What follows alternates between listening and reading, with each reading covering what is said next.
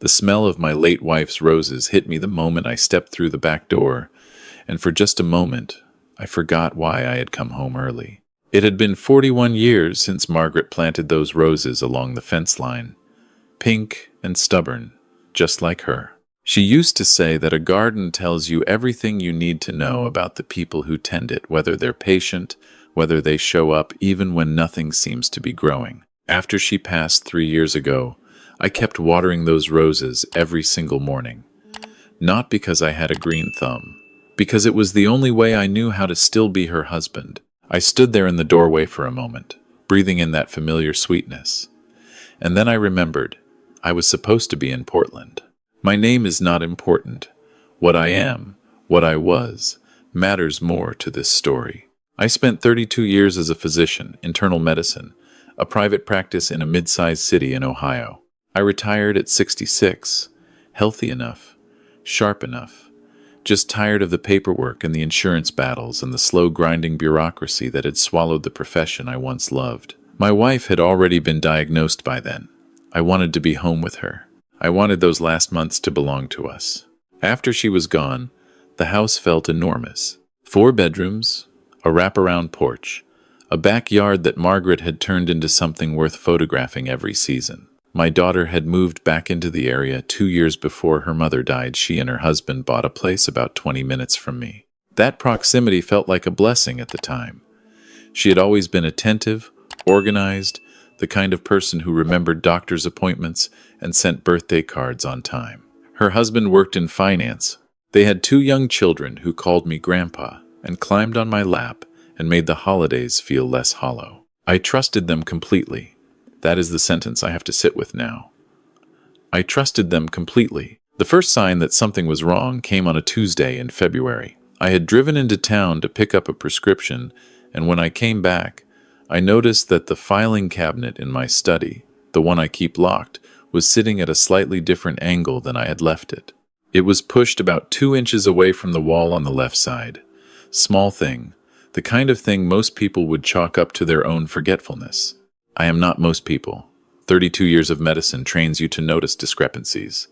A number slightly outside the normal range, a symptom that doesn't quite fit the expected pattern. You learn to pay attention to the things that are almost right, because almost right is where the danger lives. The cabinet had not moved on its own, and the only other person with a key to my house was my daughter. I didn't say anything.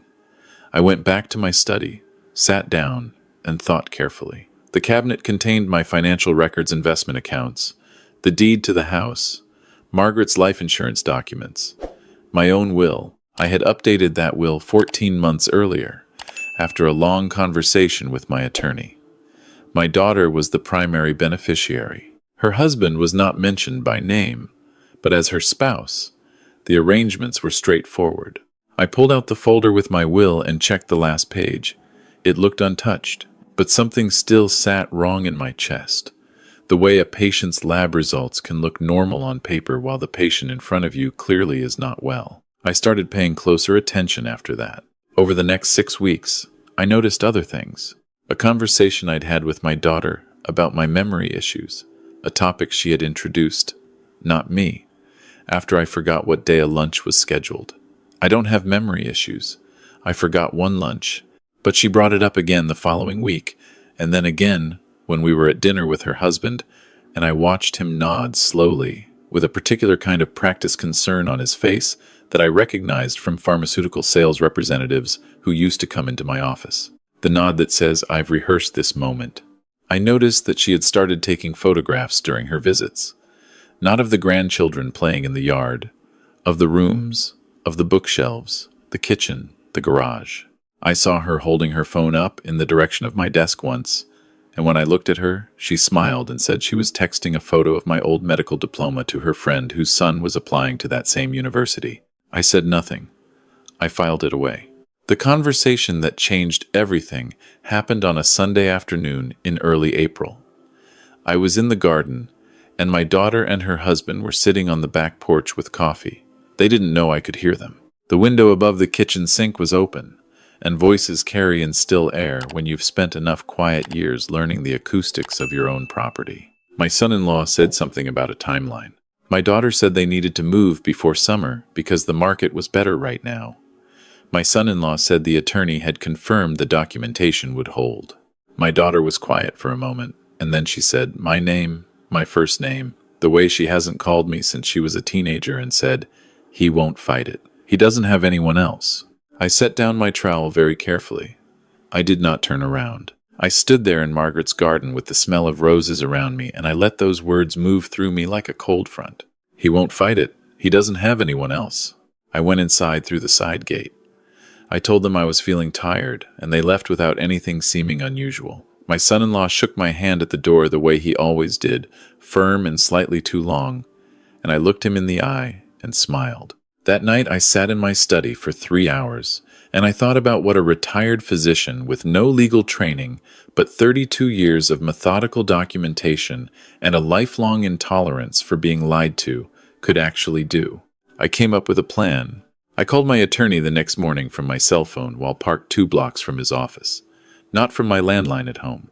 I had already begun wondering whether that line was compromised in some way, whether someone had access to records of my calls. I didn't know.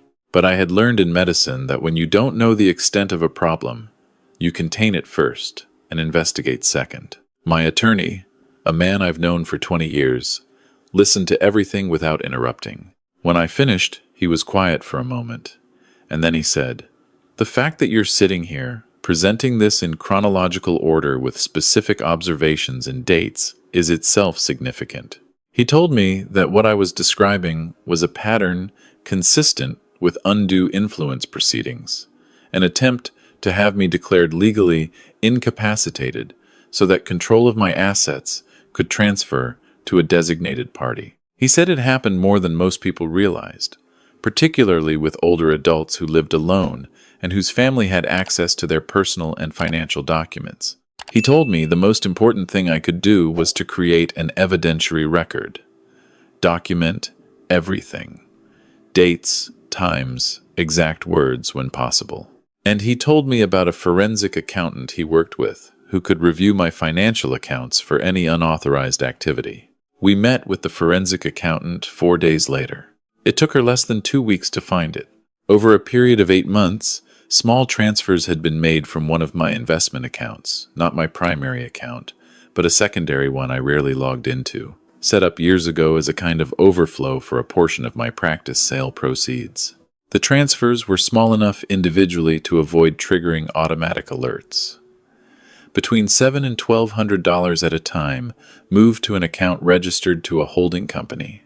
The holding company, when my attorney traced it, had a registered agent address in a state neither my daughter nor her husband had any apparent connection to, but it had been incorporated about 3 weeks after my wife died. 3 weeks after Margaret died.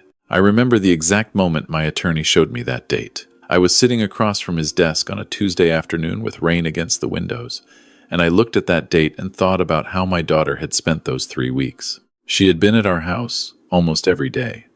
She helped plan the funeral.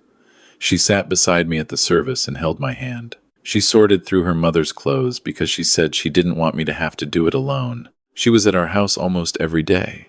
I asked my attorney what I should do next. He told me that what I had was compelling but not yet sufficient for a full proceeding. We needed to understand the scope of the plan specifically, whether there was an attempt to formally challenge my mental competency, which would likely involve attorneys, and possibly a physician they had recruited to provide an evaluation. He suggested I do something that would either accelerate their timeline or expose it. He suggested I go away. The original idea was a fishing trip, something I'd mentioned to my daughter in passing months earlier as something I wanted to do that summer. A week up at a lake house, owned by my old medical school roommate, who had since retired to Vermont. My attorney said, "Tell her you're going. Book the flights so there's a record. Then don't go." It felt elaborate. It felt like something from a movie. I told him that, and he looked at me for a long moment and said that unfortunately the situation required it. I booked the flights. I told my daughter I would be gone for 9 days, starting the following Friday. I mentioned it casually, said I thought it would be good for me to get away, that I'd been feeling cooped up.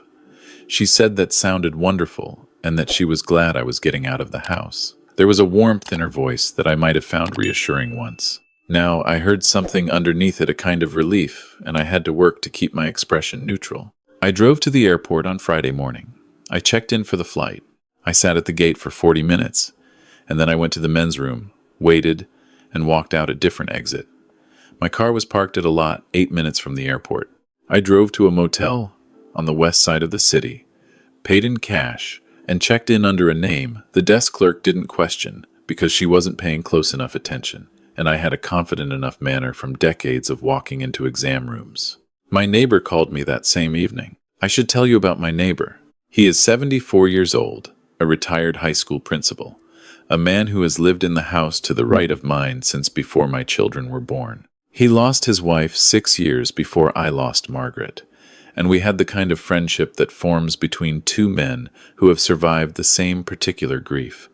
Quiet, unspoken, maintained largely through front porch coffee and the occasional borrowed tool. He was not a man who alarmed easily, and he was not a man who called me without reason. He said, "Your daughter's car is in the driveway, and there's another car there too." He didn't recognize it. A man in a suit had gone inside about 20 minutes ago. I asked him to describe the car. He did. I asked if he could see anything through the front window. He said the blinds had been drawn. I thanked him and told him I would explain later. He didn't ask questions. 74 years of working with adolescents teaches you when to wait. I had already, with my attorney's guidance, installed 3 small recording devices in my home the previous Wednesday. One in the study, one in the living room, one in the kitchen, all audio. All legal under Ohio's one-party consent statute, because I was the property owner and had consented to the recording on my own premises. My attorney had been very specific about this. He had also given me access to the recordings through a secure application on my phone. I opened the application. The audio quality was not perfect, but it was clear enough. My daughter's voice, her husband's voice, and a third voice, male, professional, measured that I did not immediately recognize. They were in my study. The third man was describing something in the kind of technical language that takes years to make sound casual.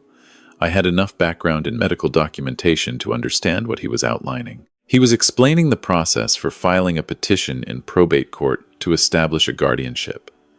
The grounds he was describing were cognitive decline and an inability to manage financial affairs. He was explaining what medical documentation would be needed to support the petition. He mentioned a physician, a name I didn't recognize, who had agreed to provide an evaluation. My daughter asked when it could move forward. The man said the preferred window was while I was out of town, because it would allow them to secure certain documentation from the property before I returned. He said the evaluation could be conducted in absentia initially, based on records, which was unusual but achievable under specific circumstances that he had already addressed. My son-in-law asked about the house specifically. The man explained the process by which, once guardianship was established, an appointed guardian could petition for authority over real property. There was a pause. Then my daughter said, "He's going to be so angry." Her husband said, "It doesn't matter if he's angry. That's actually helpful for our case." I sat in that motel room with my phone in my hand and listened to my daughter, the person who held my hand at her mother's funeral, who brought me soup when I had pneumonia the winter before last, who named her first child after my father, discuss how my anger would be useful evidence of my instability. I did not break down. I want to be clear about that.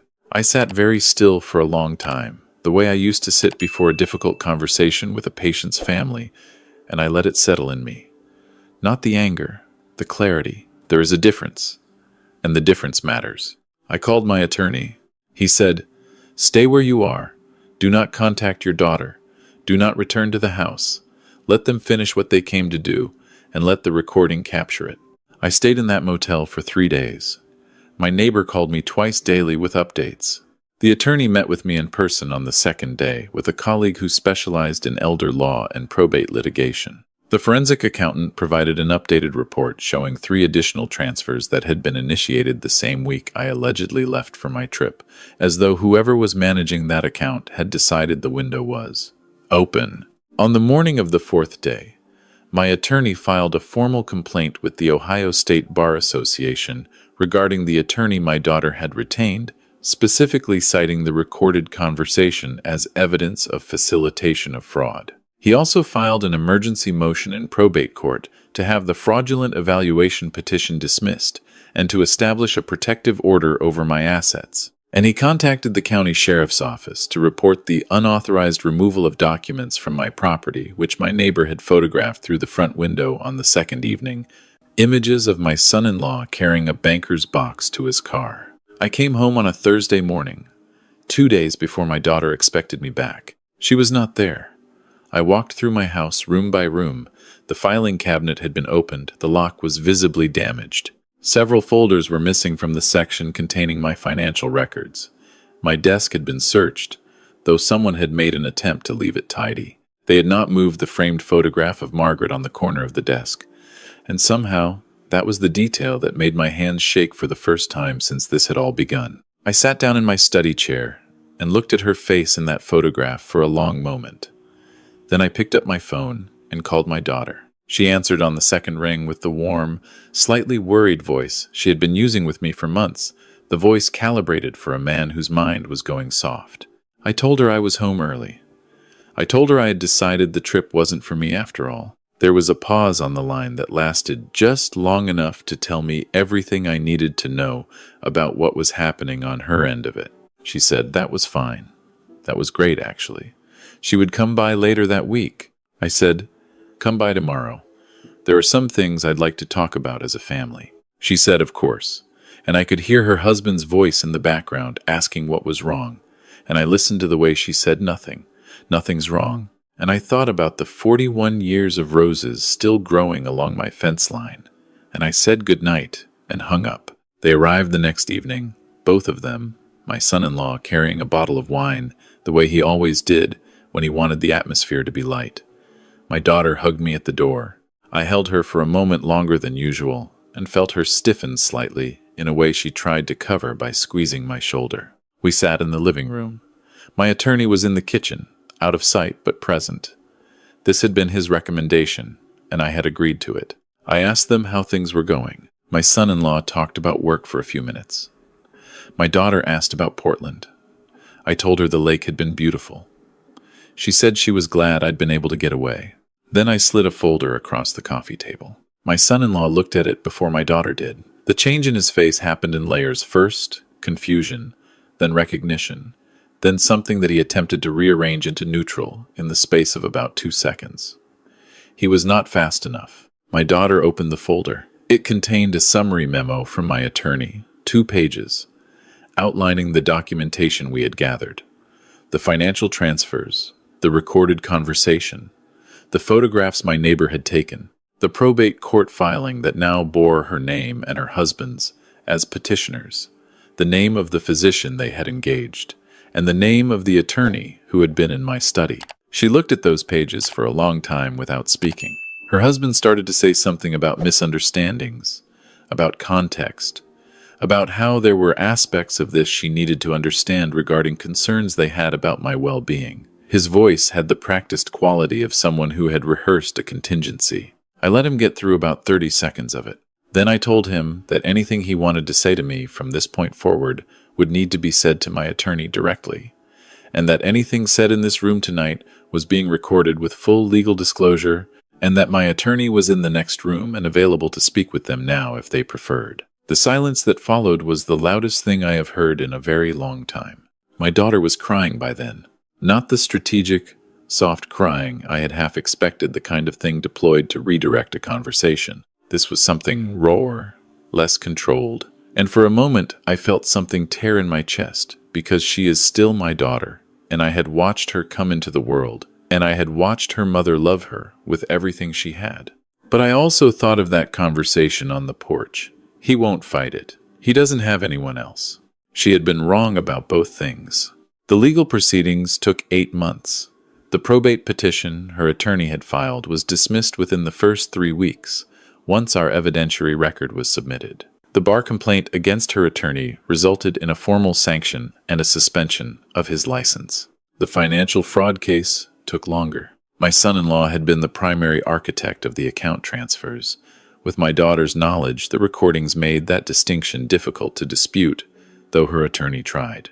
In the end, my son-in-law pleaded guilty to elder financial exploitation, a felony under Ohio law, and received a suspended sentence with 5 years probation, restitution of the full amount transferred, and a permanent bar from holding any financial power of attorney in the state.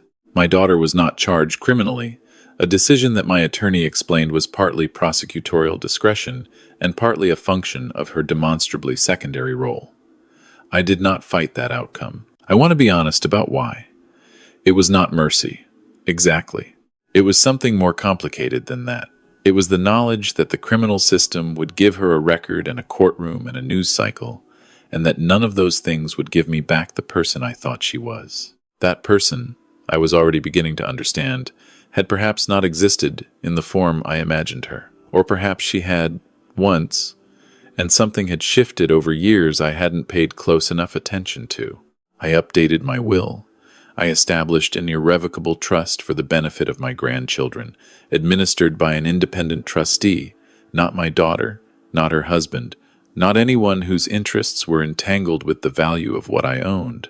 My attorney helped me structure it so that the children would have access to funds for education and medical care, regardless of what happened between me and their parents.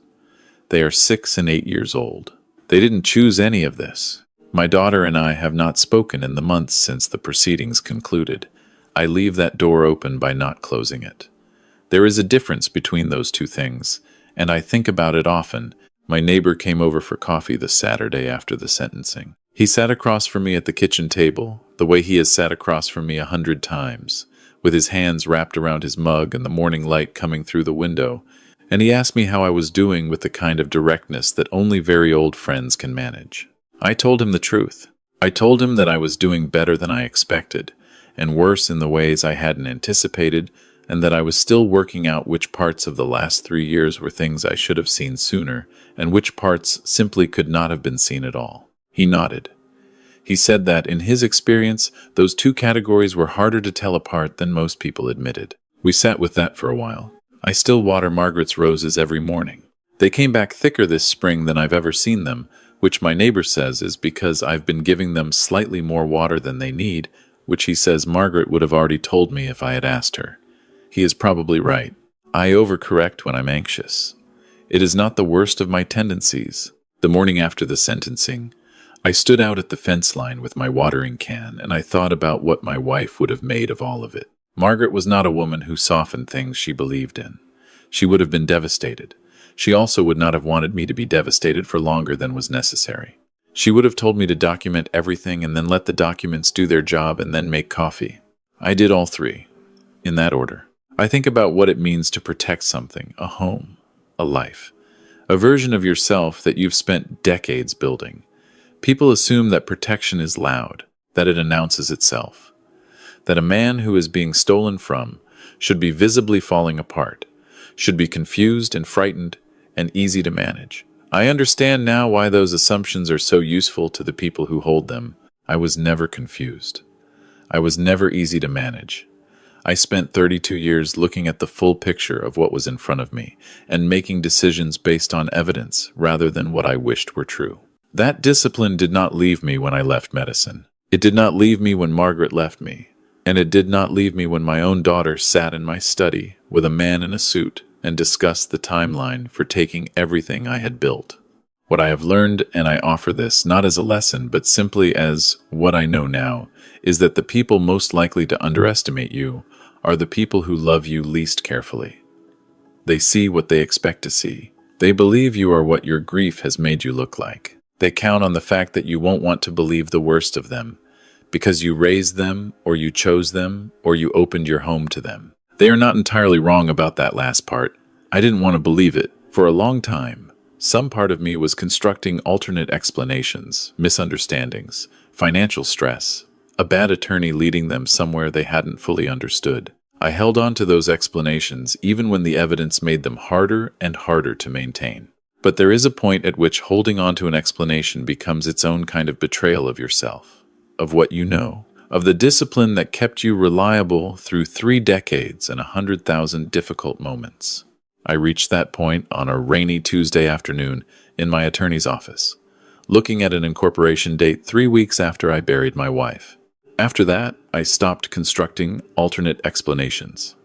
and I started building a case. My grandchildren came to visit last Sunday. Their mother dropped them off at the end of the driveway. She didn't come to the door, and I didn't expect her to. My granddaughter ran straight to the roses and asked me if she could pick one, and I said yes, just one, and she chose the most open one she could find and carried it inside and put it in a glass of water on the kitchen table, the way her grandmother used to do. My grandson asked me if we could play chess. He is 8 years old, and he takes the game seriously in a way that makes me suspect he has been practicing against someone who hasn't told me. I let him think he was winning for the first 3 games. By the 4th game, I played honestly, and he studied the board for a long time before each move. And when I finally had him in check, he looked up at me and said, "You were letting me win before?" I said, "I was." He thought about that. Then he said, "That's not really fair to me, is it? Because now I don't know how good I actually am." I looked at him across the board, this 8-year-old boy with his father's jaw and his grandmother's eyes, and I said, "You're right. I'm sorry. From now on, I'll play my best every time, and you'll know exactly where you actually stand." He seemed satisfied with that. We reset the board. There are some things that cannot be softened without doing harm. Not every kindness that feels gentle in the moment is actually kind. The clearest thing I can offer someone I love, and I love those children more than I know how to say, is an honest accounting of where they are, of what is real, of what I actually see when I look at them. I failed to apply that principle to the people who were supposed to earn it most. I will not make that mistake again. The roses are blooming. I water them at the right amount now, not too much. The morning is quiet and cool the way Ohio mornings are in early summer, before the heat comes up off the pavement and the day gets loud. My neighbor waves from his porch when he sees me in the garden. I wave back. There are things I have lost that I will not recover. I know that. I am 68 years old, and I have buried a wife, and I have sat across from my own daughter in a legal proceeding, and I understand precisely what I am carrying and what it weighs. But I am here. I am clear-eyed. I am in my own house, which is mine, standing in my own garden, which is mine, and the people who believed that grief had made me manageable were wrong about something so fundamental that I almost feel sorry for them. Almost. The law does not ask whether something breaks your heart. It asks whether you can prove what happened. I proved what happened. And whatever else has been taken from me, nobody gets to take that. I go inside and make coffee. I sit in my chair in the study and I look at Margaret's photograph in the morning light, and I tell her that the roses look good this year. I tell her I think I'm finally getting the watering right. I think she would say, "It only took you 44 years. I think she would be smiling when she said it. I get up. There is a day ahead of me, and it belongs entirely to me, and that is enough.